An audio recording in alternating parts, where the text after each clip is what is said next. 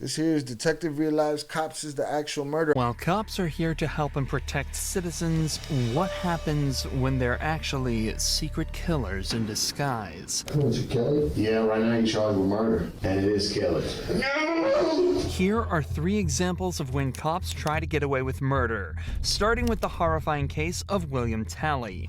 On the 11th of May 2019, police received a worrying phone call explaining that former police sergeant William Talley had been in an argument with his girlfriend, Kelly Levinson. At some point during the fight, he fired gunshots at her. William quickly left the scene, stealing Kelly's truck, but was worried he may have done more damage than he realized. So I don't know anything since then. So nobody's here has been injured? No, that's what I told him when I called. He told me that he was in helper.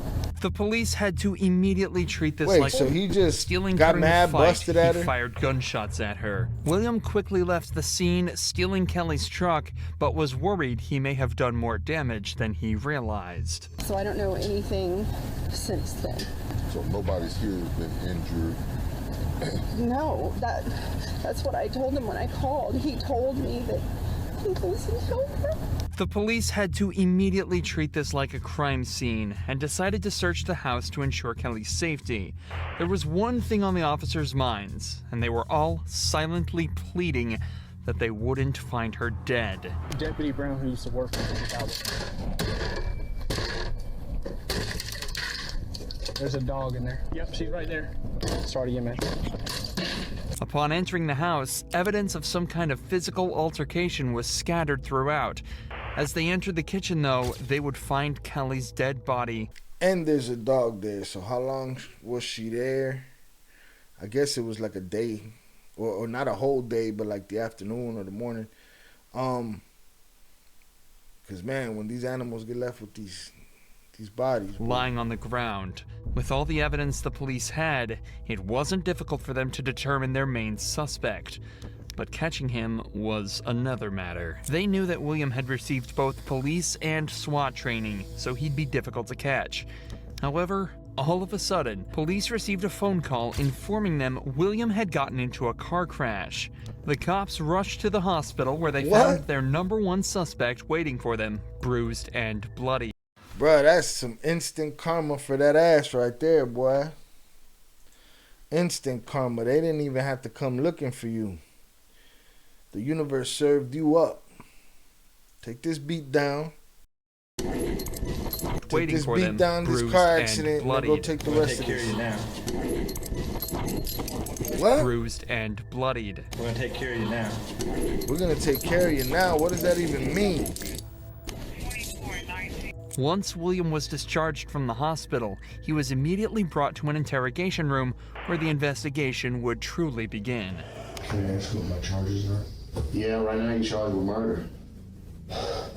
You're charged with violation of oath of office, and you're charged with So was he drunk? So possession of a again, firearm during the commission. he keeps saying who, right? And maybe I believe him, maybe I don't. But if I'm to believe he doesn't remember, that means he probably drank something or did some drugs. Yo, if you black out on drugs or alcohol, it is dangerous. You gotta stop. You gotta stop. If you black out, man, that is the most dangerous shit. You don't know what you did, or you just hiding from accountability, and people could be doing that too. Non-actors are the greatest actors. All right. That's what we're hoping you can tell us. Maybe once we start talking about it a little bit. It wasn't Becky, was it? Was it Kelly? Well, Was it a cop? William mentions 2 names here, Becky He mentioned a cop too. and Kelly. Of course, we know Kelly to be his girlfriend, but William was actually married to another woman named Rebecca Talley who he'd been cheating on. William obviously appears dazed and confused, but whether this is just an act or not is another question. He'd spent multiple days in the hospital and was discharged after being medically cleared, so it's unlikely he'd still be this out of it. Regardless, it at least seems to be keeping him calm. Wait, Now that what? he's in the hospital and was discharged after not is another question. He'd spent multiple days in the hospital and was discharged after being medically cleared, so it's unlikely he'd still So if days have gone by, there's no way dude don't know what he did and who he did it to. He had to have pieced it together. Even if he was in a blackout state when it happened, he has to have pieced it together in all that time. Or would have asked somebody. He'll be this out of it. Regardless, it at least seems to be keeping him calm. At least for now. And you can sign this. Nobody's talking with me about things. Well, we're gonna get to that. That's what we're hoping to get to. No, I'm not talking until somebody talks to me. I can tell you who, if we can get started there. And it is Kelly. No, Don't do that. no. I ain't buying it. Tally. Bill. Bill. No! No! There's a small chance William really is this distraught over Kelly's death, but he was completely unaware of what he was doing at the time. And here's another thing, all right? I got a girlfriend, right? I wreck out. I black out. I hurt her. I dip off. I get into an accident. I end up in the hospital, right? I'm there a couple of days. I'm okay, and I'm discharged to the police. In that time, I'm not thinking to myself, she ain't coming to see me. I ain't asked nobody about her. Ain't nobody looking for me. Whatever. Woo-de-woo. This fool knew what was what. He knew who wasn't coming. Now, the only thing that makes me believe him is that he said Becky and the cop. Was it Becky? Was it the cop? But that could have all been that's an easy way to make it look good. But he was looking for his girlfriend. This dude's full of shit. Time.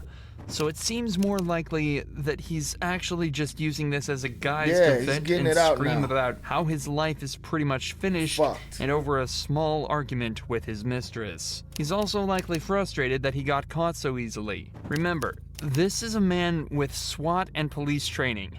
He knows how to evade the cops, but almost instantly after going on the run, his plans were shut down in an incredibly unpredictable way. William manages to calm down while the detective talks to him, but only for a few short seconds. Here, let me get you some napkins. Bill, no. Sit your dumb ass down, Bill. Relax. Bill, stop. It's all unnecessary, Bill. If you don't want to talk to us, that's fine, but let's not do this, okay? Okay? Just let's not do this. Who else to guard it? Right now, you're hurting yourself. I don't care about me. Well- Who else got hurt? There's no one I else. keep hearing people whisper. Or whispers. Okay. Well, what whispering do you hear? No, tell me the truth. Okay. There's no one else hurt. Okay. What you're watching is a man who knows without a doubt that he's guilty, doing everything he can to try and find a way out. He's panicking, and the cops were probably extremely relieved when William finally asked for a lawyer and put an end to this dramatic interrogation. However, this obviously didn't help him at all, as the detectives already had all the evidence they needed to convict him, and William Talley was sentenced to life behind bars. Despite William being a local cop and even knowing some of the officers involved, this case was handled perfectly. A stark contrast to that of Matthew Boynton, whose case was so weird and corrupt that the cops ended up investigating a shooting that never even happened. You know you can't give a sworn statement and lie on it. Why would you do that, Matthew? On the 15th of April 2016, police found Jessica Boynton hidden in the closet of her home with a gunshot wound to the head and a police-issued firearm in her hand. The county sheriff reportedly ruled her dead at the scene, but there was a problem. Jessica was neither dead nor shot. After she was rushed to the hospital, the ER found no entrance wounds or bullets. Instead, they found evidence of a blunt force attack to the back of her head. This case is already incredibly confusing, but what's worse is that the police's #1 suspect It is goofy. Matthew Boynton told cops that he received a text from Jessica saying she was about to commit suicide. After rushing home, he heard 2 gunshots coming from the house and called the police. Stop. Matthew was taken to the police station and interrogated, but was caught lying about a vital piece of evidence. This is where we join the detectives as they try to unwrap this baffling web of lies. Do you recognize that bag? Yes, that bag that Jessica let me use to put all my gym stuff in when we used to be together. Okay, so when's the last time you saw that bag? It's been a long time. Like I said, when I used to work out at, there's 2 gyms in Thomaston. I don't remember the name of it. I used that one, and I had a gray Nike bag I used to work out in. So I interchanged my stuff like protein drinks, powder shakes like pre-workout, workout shorts, pants, shoes, whatever. I put it in that bag or my Nike bag. Suspects who aren't telling the truth tend to over-explain as they feel they have something to prove to detectives. And he said, when I used to be with her, aka I'm not with her no more. Bro, you looking stupid early. Detectives. If they can give lots of information over, they think it'll convince the detective that they're not lying, as they couldn't possibly make all of that up. However, in actuality, suspects telling the truth will give a more instinctual, simplified answer to the question because they don't have to think about it as much. Bear that in mind as the interview continues. So when's the last time you saw that bag? I mean, it's been a while. Like, I don't know an exact date. I don't know. I think my stepdad, he had it in the white trailer. See, now this liar bringing other people into his shit. And that's been a while. And he brought it, but I haven't been through it or anything. Put it in my storage thing in my house, which is like when you pull in the driveway. Mm-hmm. I didn't go through it. I just threw it up there. Come on, man. It's a little storage thing on the right. Right. You open the door and it's got all my stuff in there. I had to clean some of it out recently. That was tossed in there, but I mean, it's in there with a bunch of my stuff, like a brown tub I used to keep in my old patrol car with gym stuff in it and work stuff. Remember, that answer was given in response to the question, when was the last time you saw this bag? Something that could have been answered in a single sentence. The detectives already knew that Matthew was lying about this bag, as that's the whole reason he was brought to this second interrogation. But now they're 100% sure he's hiding something, and they're about to call him out on it. All right, Matthew. I've known you a long time. When y'all were in the process of moving, and you moved into the house that you're at now, your residence, did you or did you not see this bag? Yes, sir. It's in my storage room in the garage. Now, why would I be holding a picture of this bag? I guess because Jessica brought it into you. Why would Jessica have it if you had it at your house? I don't know. I guess somebody got it from my garage or my shed. Who would have What? got it? There's a couple of people. She for the streets? All right. Exactly who. The bag was completely filled with female clothes. And this is one photo of it. That's not yours. No. This whole thing might not seem like a big deal, but it's actually the root of a much bigger problem. This bag, along with everything in it, belonged to Jessica. So when it was discovered in Matthew's possession after he told police that he'd handed all of her belongings over, it confirmed that he had been lying under oath. Again, a small issue at first, but now that the detectives know he's comfortable lying about this, they know that almost every piece of information he's given them could be completely untrue. The bag was turned into us. You got this, Possession of the bag. We have evidence that says it came out of your storage room. Is that true? Yes, sir. Is there anything you'd like to say? No, sir. Do you believe that statement to be accurate and true? Not now. Did you believe it then? No, sir. Matthew has now essentially confessed to stealing the bag of Jessica's belongings and lying under oath. There is the question of why he did this, but we haven't even gotten started on the assault part of the case. Why Jessica was found unconscious in their closet after allegedly texting Matthew she was going to shoot herself. As it turns out, though, the police would also never move on to that part of the case, and it remained completely unanswered. Matthew was charged with What? was found unconscious in their closet after allegedly texting Matthew she was going to shoot herself. As it turns out, though, the police would also never move on. Matthew involving Jessica's suicide wasn't investigated, leaving many unanswered questions. What?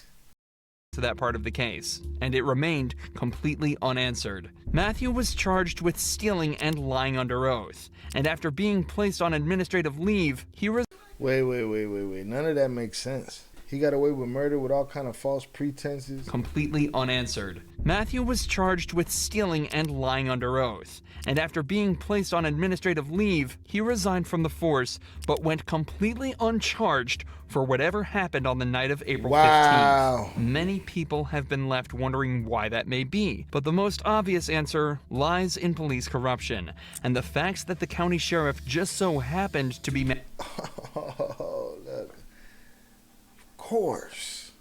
Of course, Matthew's grandpappy was the sheriff of this town. The same sheriff who lied by pronouncing Jessica dead at the scene. Matthew's granddad, the same sheriff who lied by pronouncing Jessica dead at the scene. So did he go to jail? What's worse is that Jessica's head trauma left her without any memory of that night. She survived with memory loss. Oh my goodness. How could it's like the bad news bears. Bad news bears of a conspiracy. These fools, and they still got away with it. They did all of this stupid shit. Dude with all his details. Dude with all of his talking. The stolen bag. All of this, that, the other.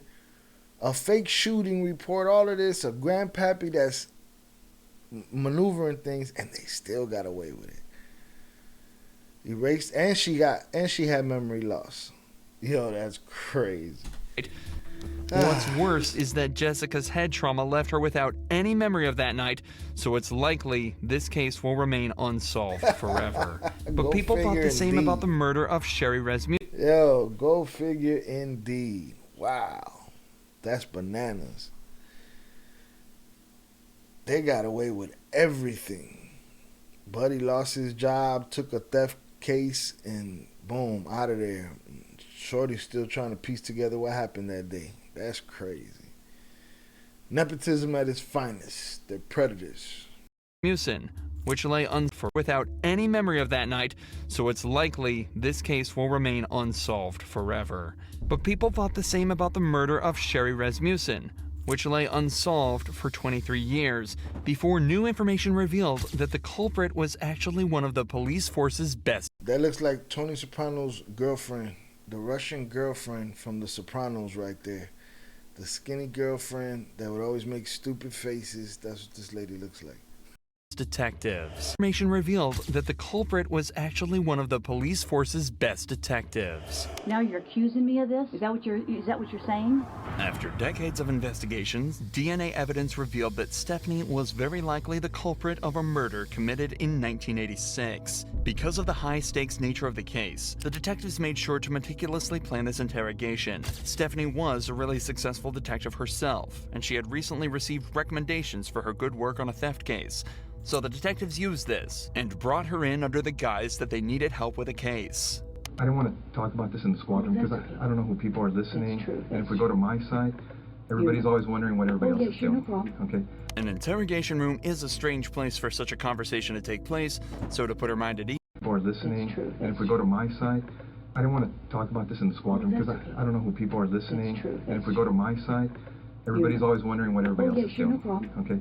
An interrogation room is a strange place for such a conversation to take place, so to put her mind at ease, detectives told her this was the place they'd least be likely to be overheard, as the case details were strictly confidential. Sherry Rasmussen's body had been found at her home after being shot 3 times. At the time, police suspected the murder was a result of a burglary gone wrong, but the case went cold when they couldn't identify the suspect. However, 23 years later, when revisiting the case, detectives found evidence that led them towards Stephanie, a girl who had been trapped in a love triangle with Sherry and her husband. 23 years later, DNA opened up Stephanie's can of worms. John Rutten, so the detectives decided to bring up John's name to see how she'd react. Were you guys friends, close friends? Yeah, we're very close friends. I mean, what's this all about? It's a case we're working on. It involves John, and in there's notes and stuff that he knew you and stuff. Oh yeah, I mean, we were good friends. Lived in the dorms for 2 years. Was there ever any relationship or anything that developed between you guys? Yeah, Yep. we dated. You know, I mean, what's this all about? Well, it's relating to his wife. She's feeling the cookie crumble 23 years later. She thought it was a wrap. 23 years later, she's feeling the pressure. Both the detectives and Stephanie have tried to seem as friendly and relaxed as possible around each other, but Stephanie is obviously starting to get very anxious at this point.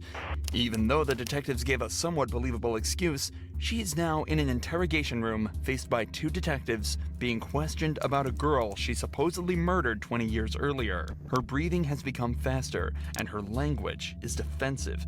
And her movements have become more erratic. Yeah, she's tweaking. You're right. I mean, if you guys are claiming that I'm a suspect, then, you know, I got a problem with, you know, with that. Okay. Okay? So, you know, if you're doing this as an interrogation, you're saying, hey, I'm a suspect. Well, now I got a problem with, you know, now you're accusing me of this? Is that what you're saying? Obviously, you know about all the DNA stuff and things of the nature that, you know, gets done on cases nowadays. You know, if we asked you for a DNA swab, would you be willing to give us one? Maybe. Because now because now I'm thinking I probably need to talk to a lawyer. Yeah, you Stephanie are. chooses to I provide think I could tell you thinking that by the fact that your eyeballs are falling out your head. DNA evidence, hoping her willingness to help out would ultimately prove her innocence. But unfortunately for her, just 5 minutes later, the detectives decide they've heard enough and put her in cuffs. Months later, after a long and arduous trial, a decision was made by the jury. We, the jury, in the above entitled action, find the defendant, Stephanie Eileen Lazarus, guilty of the crime of murder of Sherry Rasmussen. We further find the murder was of the first degree. After hiding it for 23 years, Stephanie Lazarus was finally found guilty of murder and sentenced to 27 years behind bars. If you She did 23 on the street. She was outside. Bananas. The things these people get away with. It's crazy.